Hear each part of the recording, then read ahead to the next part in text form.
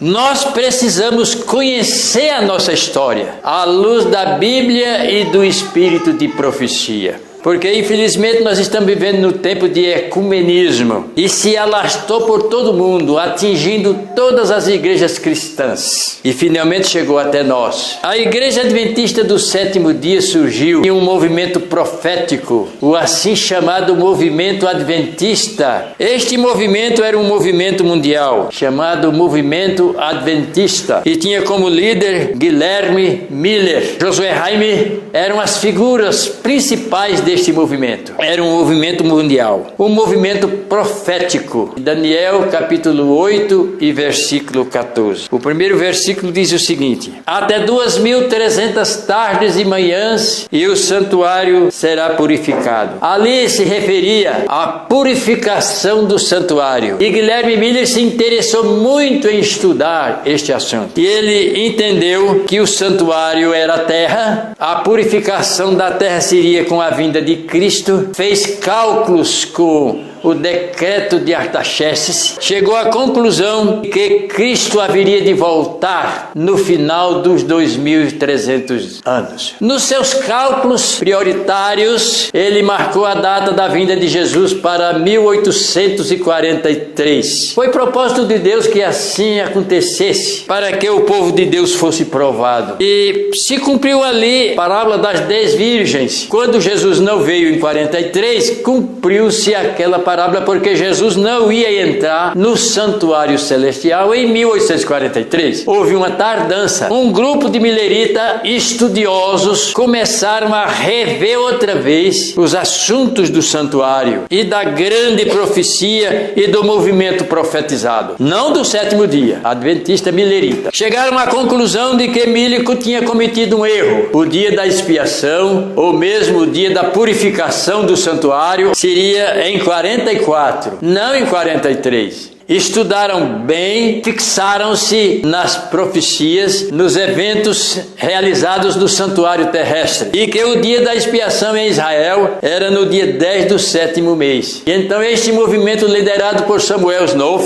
levantou-se no verão de 44. Este movimento começou em setembro, no fim do verão. Conclusão que chegaram foi de que Jesus Cristo viria não na primavera, que era 43, mas no outono de 44. E o dia da expiação justamente seria no dia 22 de outubro de 1844. E este movimento se alastrou por todo o mundo. O planeta inteiro foi sacudido, toda a cristandade. Naquele tempo estava se vivendo no período de Filadélfia e o povo, esperando a vinda de Cristo, tinha um cálido amor fraternal entre si. Desprezava todas as coisas do mundo, dinheiro, propriedade, tudo. Não pensava em outra coisa a não ser o encontro com Jesus Cristo. Mas outra decepção: Cristo não veio. Aquele grande movimento profético se fez em pedaços e todos agora estavam decepcionados. E as profecias? Nós tínhamos uma convicção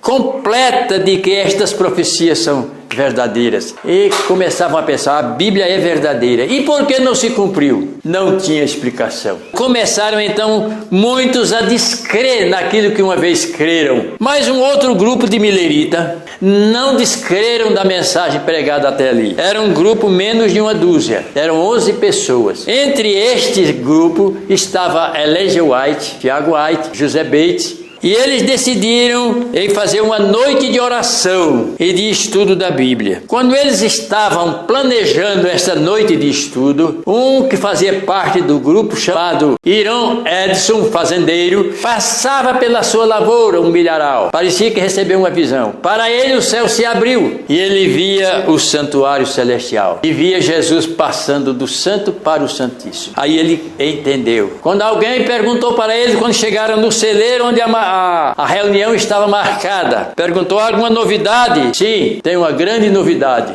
Vou contar para vocês o que aconteceu. Para eles abria-se Apocalipse 11, onde diz: e abriu-se no céu o templo de Deus. A arca do seu concerto foi vista no seu templo. Está desvendado o mistério. Não era a terra que o Filho de Deus haveria de vir no dia 22 de outubro. mas ao lugar santíssimo. Vamos estudar a Bíblia outra vez. Vamos ao santuário. E aí começaram a história do santuário. E com muita oração, e muito choro, e muito pedido a Deus de esclarecimento do Espírito Santo, as mentes foram se abrindo. E aí o santuário foi a chave que desvendou o mistério da sua decepção. Então aquele grupo, naqueles dias, ouviram uma mensagem do sábado. Ora, quando Irão Edson atendeu no santuário celestial, então ele viu que realmente a arca do concerto estava ali. Uma senhora batista, e disse: vocês pregam a vinda de Jesus, é uma verdade maravilhosa, mas vocês estão em transgressão da lei de Deus. Aí Irão Edson se lembrou do que ele viu, a arca do seu concerto foi vista no seu templo. Aí ela pregou sábado para ele: vocês estão transgredindo o mandamento do Senhor. Aí nasceu a Igreja Adventista do Sétimo Dia. O primeiro a crer foi José Bates. Ele foi o primeiro homem a crer na guarda do sábado. Este quadro que eu estou apresentando aos irmãos nesta manhã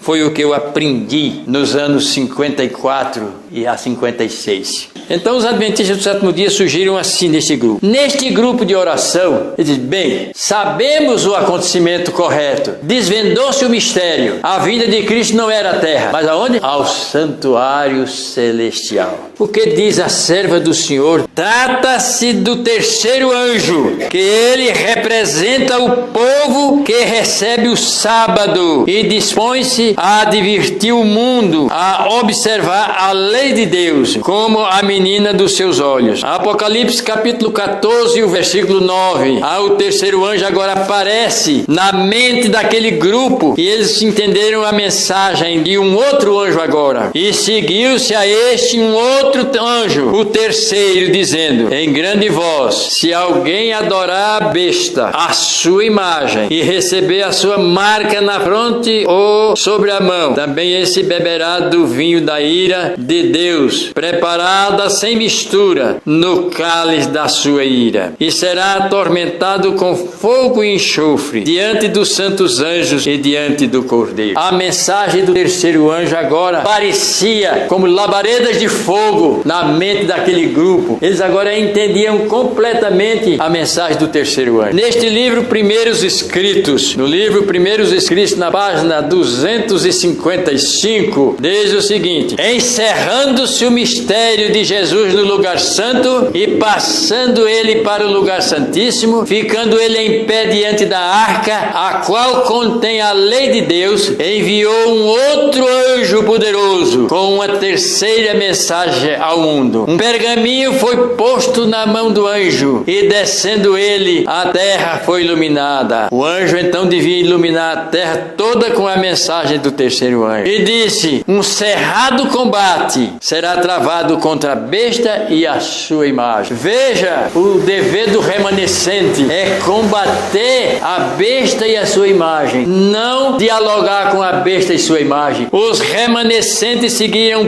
pela fé a Jesus ao lugar santíssimo, viram a arca, o propiciatório, ficaram encantados com a sua glória.